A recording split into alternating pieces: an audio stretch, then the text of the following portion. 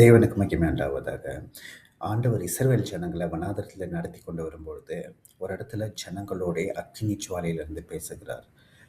உபாகமம் 4ஆம் அதிகாரம் 12ஆம் வசனம் அப்படி சொல்கிறது. அந்த அக்கினி நடுவிலிருந்து கர்த்தர் உங்களோட பேசினார். இதை சொல்றது யாருன்னா மோசே.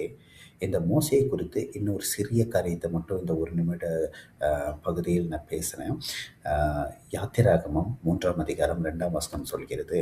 அங்கே கர்த்தருடைய தூதனானவர் ஒரு முச்செடியின் நடுவிலிருந்து உண்டான அக்கினி ஜுவாலையிலே நின்று அவனுக்கு தரிசனமானார். அதாவது ஆண்டவர் ஃபஸ்ட்டு முதலாம் காரியம் அவர்கிட்ட முச்செடியிலிருந்து பேசும்பொழுது மோசே யாருன்னா தனித்து விடப்பட்டவர், ஒதுக்கப்பட்டவர், புறக்கணிக்கப்பட்டவர், சகல வசதிகளையும் இழந்தவர், ஜனங்களாலே குற்றவாளி என்று தீர்மானிக்கப்பட்டவர், சகலத்தையும் இழந்தவர், தனிமையில் இருந்தவர். அந்த இடத்துல ஆண்டவருடைய சத்தத்திற்கு கீழ்ப்படிந்த போது பல ஆண்டுகள் கழித்து பல லட்ச ஜனங்களை தேசங்களை நடத்தி கொண்டு செல்கிற ஒரு பெரிய தேச தலைவனாக தெய்வ மனுஷனாக இருந்தார். அப்பவும் அக்கினியிலிருந்து தேவனுடைய சத்தத்தை கேட்டார்.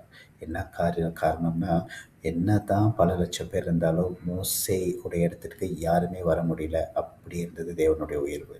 இன்றைக்கு நான் ஒரு விஷயத்த காரியத்தை உங்கள் வாழ்க்கையில் பேசுகிறேன். ஒருவேளை உங்கள் சூழ்நிலையில், தற்காலிக சூழ்நிலையில், இப்போ கடந்த ஒரு சூழ்நிலை நீங்கள் ஒதுக்கப்பட்டிருக்கலாம், நொறுக்கப்பட்டிருக்கலாம், தோல்வி அடைஞ்சு தனிமையில் இருக்கலாம், சகலத்தை இழந்திருக்கலாம். அந்த தேவனுடைய சத்தத்தை கேளுங்க. அந்த சத்தம் பல ஆண்டுகள் கழித்தாலும் உங்களை உயர்த்தி கொண்டே செல்லும். யாரும் கிட்டி சேராத அளவுக்கு தேவன் உங்களை உயர்த்தி உங்களை ஆசீர்வதிப்பார். தேவன் உங்களை ஆசீர்வதிப்பாராக.